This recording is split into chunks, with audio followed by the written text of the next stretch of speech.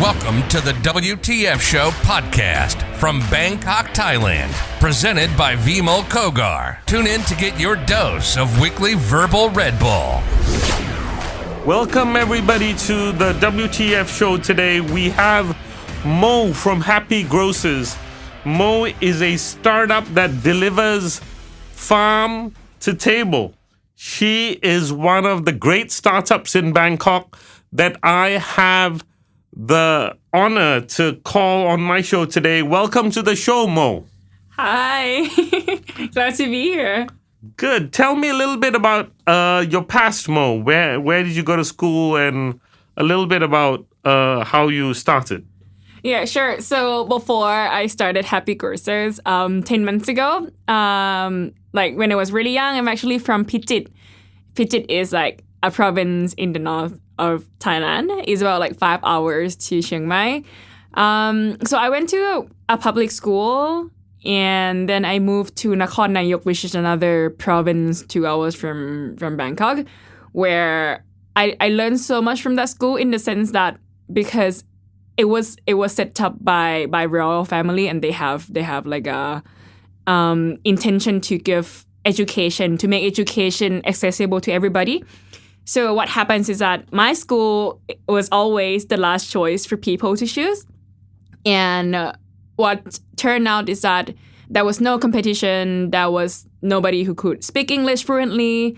So when I was in high school, I spent like 3 years learning how to self-study, how to push myself, how to keeping myself informed about what's going on outside of that school, because I realized that like that is just a really small bubble, and that I need to like work hard to keep myself informed.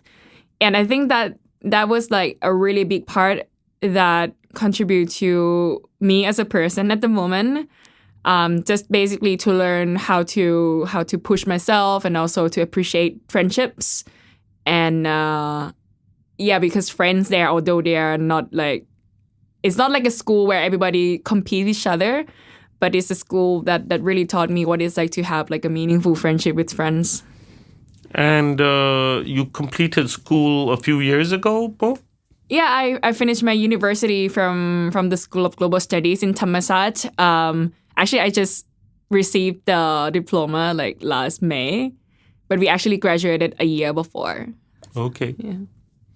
And you decided to go to the food delivery business. How did you come about starting that?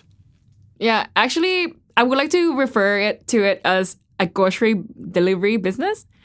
And it was actually in March where the COVID-19 started to like break in Bangkok and all over Thailand. I was actually working on tourism before. And I was like about like 2 or 3 days before I launched my first ever trip, like community-based tourism kind of trip in Krabi. And then I started to receive news saying that there started to be lockdowns in Koh Phi Phi and other island. And at that moment, I was just like, okay, maybe it's not the right time to launch the trip.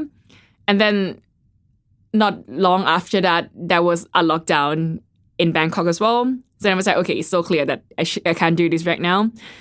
But then I was just like, okay, there's nothing I can do much. So I was just scrolling through my Facebook and started to see people who I have done projects with before, like farmer friends from the internship I did before with MIT, like in 2017, or some other community-based work that I have done with farmers in Phichit as well.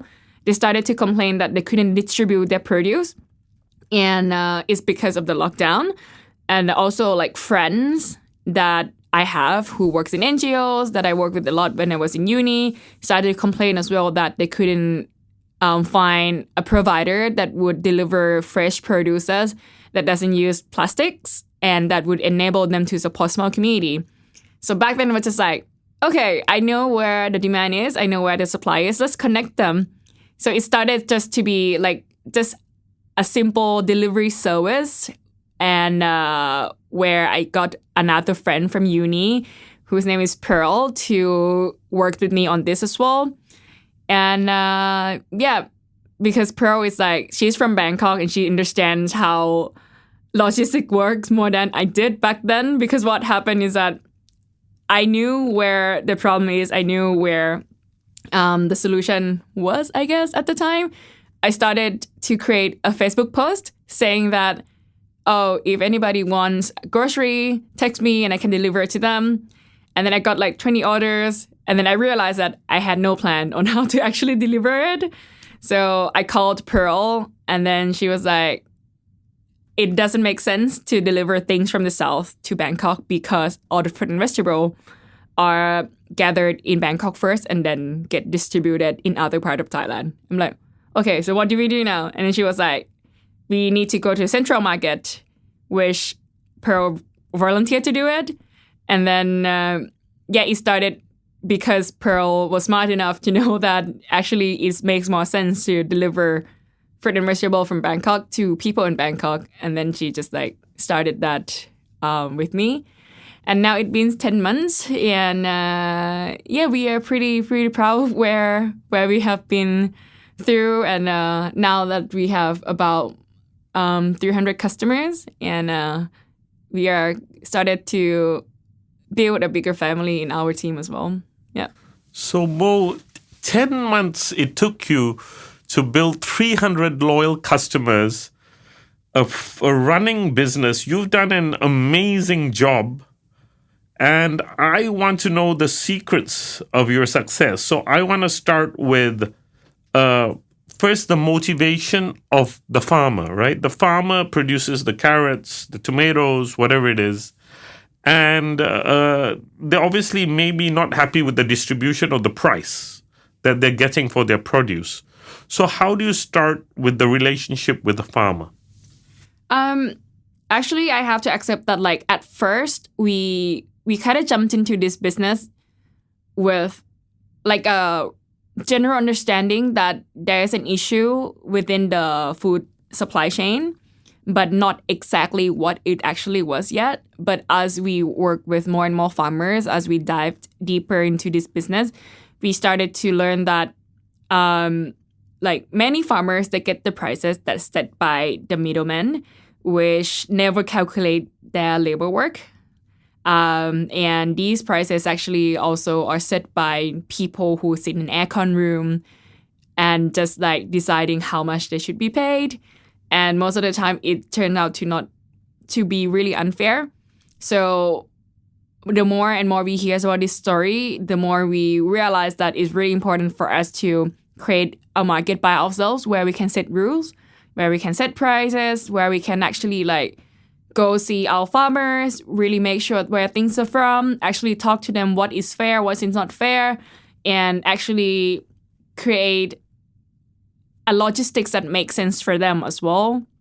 And these insights really informed us that it's really important for us to be able to have sort of like a control of like the direction of where the market should head towards you, which is what we're trying to build with Happy Grocers, of how we also at the same time build a force of consumers that are really conscious about the environmental issues and also really care about supporting Thai farmers. So like for us, it's really important to have this community because we can see for ourselves that when we have this community and we can show that this community really care about the community product to our farmers, then our farmers would be motivated to keep going with the organic farming. And guess what? Like out of the 10 million farmers in Thailand, only about 1,000 that are organic Thailand certified, because many farmers they don't have the confidence to take the risk to become organic farmers because it takes more work and probably only 60% of the producers would be able to be sold because some of them might not be beautiful enough.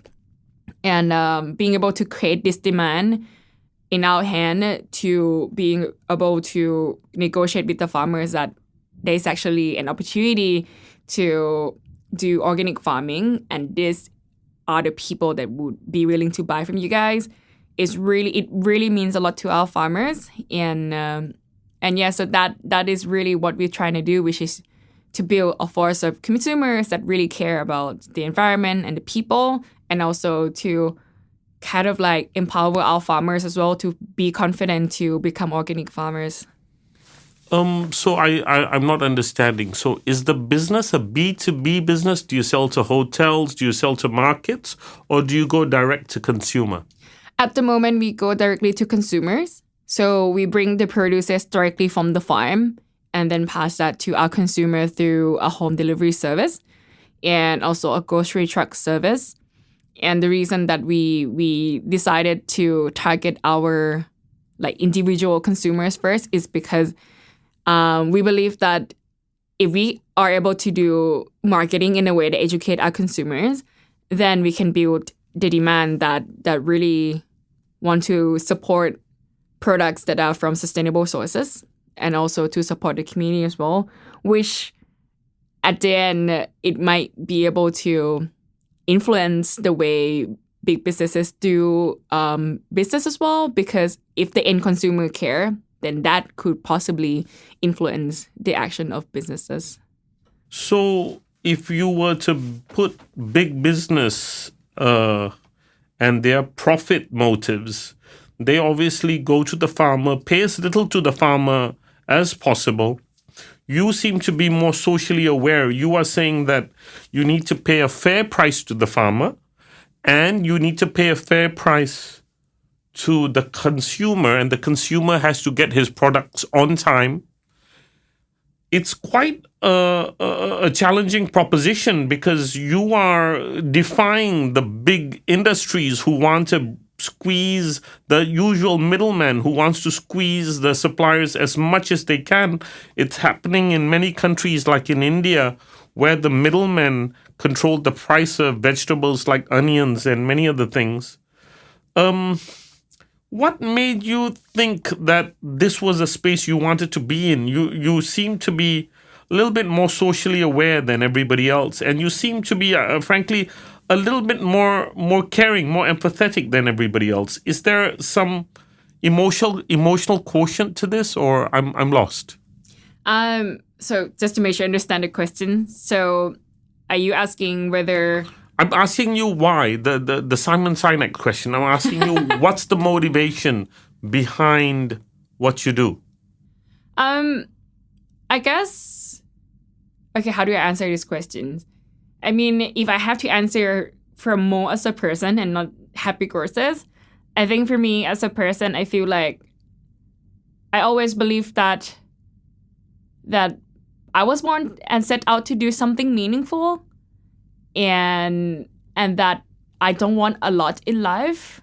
As in, I don't feel like being a human would have to always mean I have to make a lot of money in fast speed, because I really enjoy doing something that would create like a meaningful community or create social impact to the community that I care about, or doing something that would basically create like an environment that we want our like next generation to live in.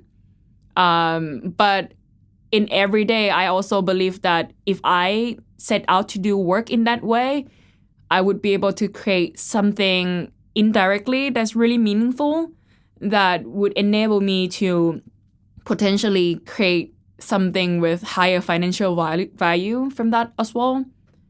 I don't know what that is yet, but yeah, I really enjoy what I'm doing now. You seem to be. And your partner, Pearl, tell me a little bit about your partner. So yeah, Pearl was my classmate. She sit next to me every time we had exam in uni before. And I think we just naturally are able to divide the work, because so I'm more of like creative kind of side. I do marketing. I really enjoy like talking to people. I mean, which she does as well. But I really enjoy like artwork and stuff as well. While Pearl is better at like managing the operation, managing the supplier, or making sure that like at the back end everything is under control. And I'm more of like the person who's like in the front end. So yeah, I think we just like naturally are like that. So it's really easy for us to work together. Mo, tell me the advantages of organic. So I don't want to make this sound too simplistic, but I want to sort of understand a little bit more about not using artificial fertilizers or sweeteners, or even I understand that fruits in some countries are injected with some form of sugar solution like fructose or sucrose. The benefits, the health benefits, and the other benefits to the environment of vegetables that are grown organically. Explain that to me. The reason that we really go for organics is firstly because we believe that if we can reduce the amount of chemicals that we use in agriculture, it's not only going to be beneficial to our farmers, but it also would be beneficial to the temperature of the atmosphere that we're living in as well. I was in the position where I was so overwhelmed with all of the issues going on around the world. And I was just really angry about the system and everything. But then I was just like trying to educate myself about what is it that me as a person can do, like only one thing that I can do that would make an impact on the environment I care about. And then I found out that if we are able to grow more organically or grow our food in a way that we don't use chemicals, then that could also help reverse the temperature of the atmosphere. If you want to like find like a reference or something really entertaining to watch but really knowledgeable, I would really recommend everybody to watch Kiss the Ground. It's a really, really knowledgeable or informative documentary that really tell you what it's like to like why we need to support organic farmers and what's the impact of conventional farming. So that I would really recommend. So yeah, that is like the major reason for us. Another one is that because many farmers have been telling us that they shifted to organic farming, not because they want to earn more or because they know that this market has so much value, but because they have been using chemicals to the point where they cannot touch it anymore because they just are really like allergic to these chemicals. And it's not just one person. Like a lot of people have been telling us that story, and we think that it just doesn't make sense that we eat food in a way that hurts our producers if our producers have to use fertilizers. And the last reason why I really believe in organic farming is because being able to see how conventional farming is done and being able to see how organic food are grown and being able to really spend time with our consumers, it means a lot for me to really ensure that like our consumers really get the producers that would be really safe for them, for their children, because the way that like our relationship with our customers is really close. I like to just go on our grocery truck to talk to our consumers for like sometimes like for hours, and being able to have this relationship with our consumers, it means a lot to me to always make sure that we provide the fruit and vegetable or the food that are really, really safe to the people that I'm serving. And I guess, yeah, those are the main three reasons why I really believe in this. So, Mo, if I wanted to order something from Happy Grocers, what's the social media platform that you are using? So we are on Facebook, Instagram. You can just search Happy Grocers. And you can also order online through happygrocer.co as well. Okay. So there's a misconception possibly that organic vegetables are more expensive than the alternate. Is that true? If I go to your website, am I paying a little bit of a premium or not necessarily? Actually, I think that's something that we have learned recently as well about like the reason why has to be a little higher than just general grades. Like from our experience from Happy Grocers, we can really see that choosing to work with small farmers, choosing to work with farmers that don't have an established logistics system yet would require us to actually like go there and get the produce by ourselves. So that also means higher cost. So a lot of the cost that we have to invest in like our producers would go to logistics just because we choose to work with farmers who are not super connected to the market yet.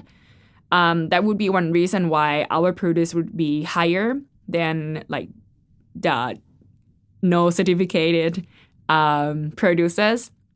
I think another reason that organic produce that could be higher price is also because of how much work that farmers have to put in as well. Like for our case, for example, because we know exactly how much work they have to put in because we actually spend time with our farmers, then we just like sit down with our farmers and like trying to find out what actually makes sense for them.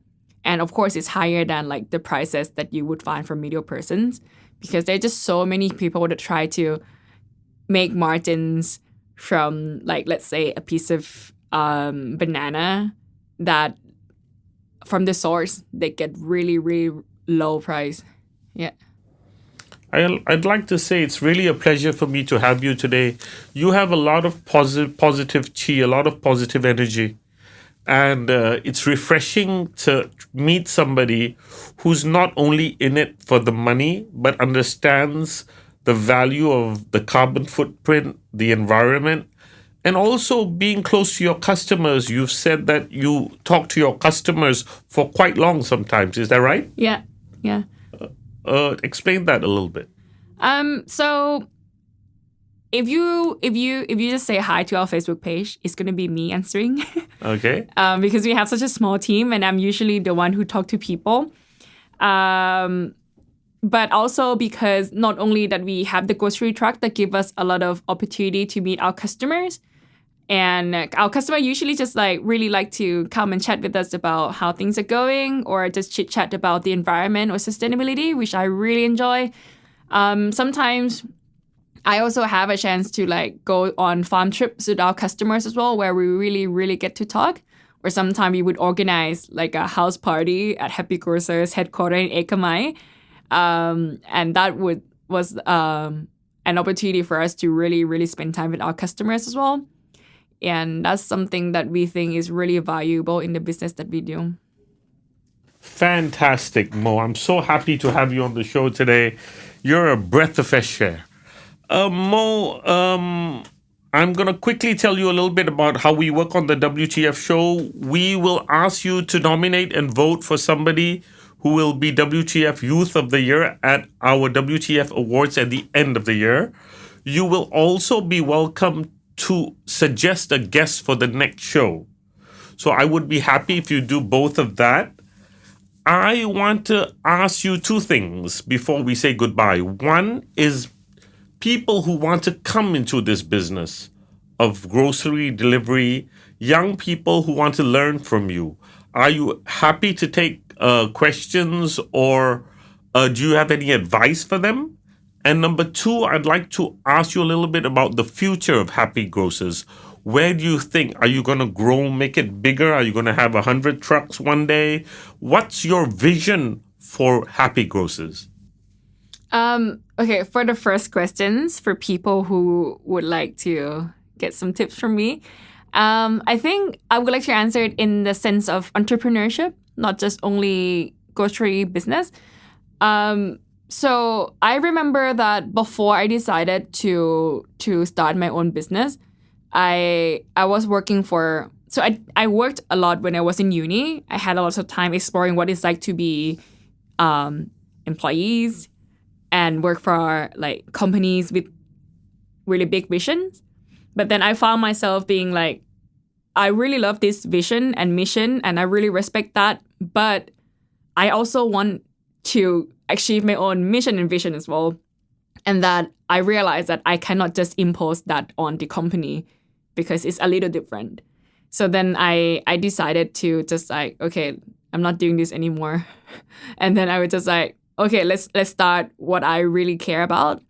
And let's start something that I would be really proud of, although it's going to be really hard. I had a degree in social entrepreneurship, so I had a little chance to explore what it's like to do social entrepreneurship.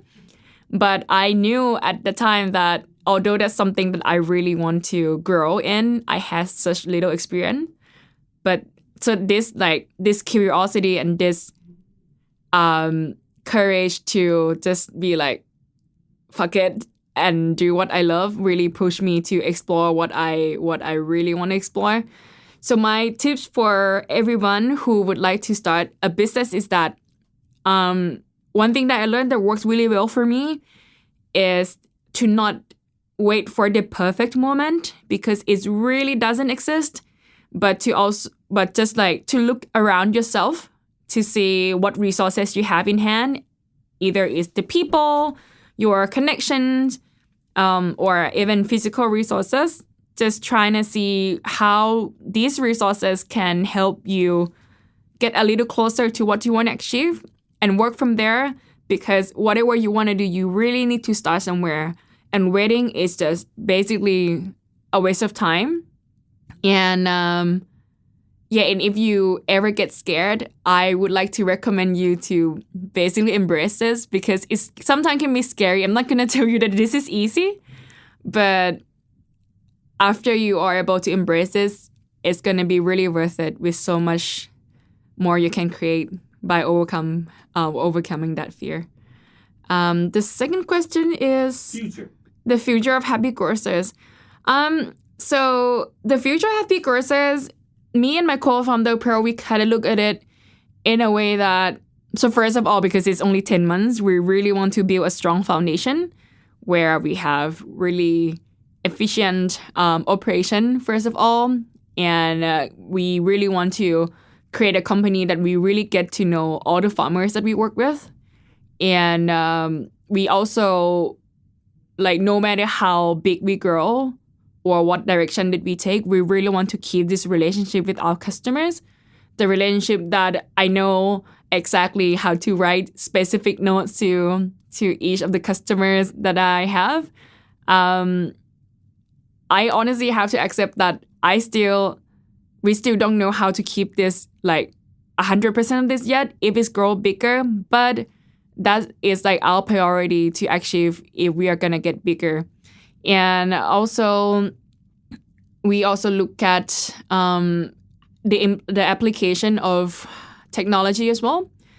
We look a lot at like traceability and how our consumers can know a little easier where things are from, can check how the quality, can check the nutritions, and towards that direction, because we think that it's really important for our consumers to be able to keep themselves informed about things that they are going to consume, and also to be able to make the best decision for themselves that would benefit the people, like the farmers, and also the environment as well. So we think that traceability is something that we really, really care about. Moh, it's really a pleasure. I'd like to tell the audience at home that there is a glow in this room, and it does not come from the lights. Thank you so much, Moh, for coming on the show today. And we hope to see you on the show in the future. I will give you the last word, Moh. Do you want to say goodbye to the audience? Yeah, sure. I guess my last word would be that the whole reason why we are here today is because of the community we are with, from like our farmers, our friends, families, our customers, and we are very, very grateful for that. And if you ever need advice about how to get yourself started with the startup, I'm more than happy to take some time to actually like discuss with you. Maybe I could inspire you with something, because I know how important that is to have someone to discuss this with that really believe in you. And I really believe that anyone who wants to do a startup is possible, because like even me as some girl from like rural area who is from a really small school, I also managed to like have enough courage to start this off. So I really believe that anybody also can do it. Thank you so much. Today I don't have Pearl, but I definitely have Moh in the studio. So happy to have you and hope to see you again. Goodbye, Moh, and goodbye to all our friends at the WTF Show. That's it from the WTF Show. Vimol and the team from WTF Show would like to thank all our sponsors.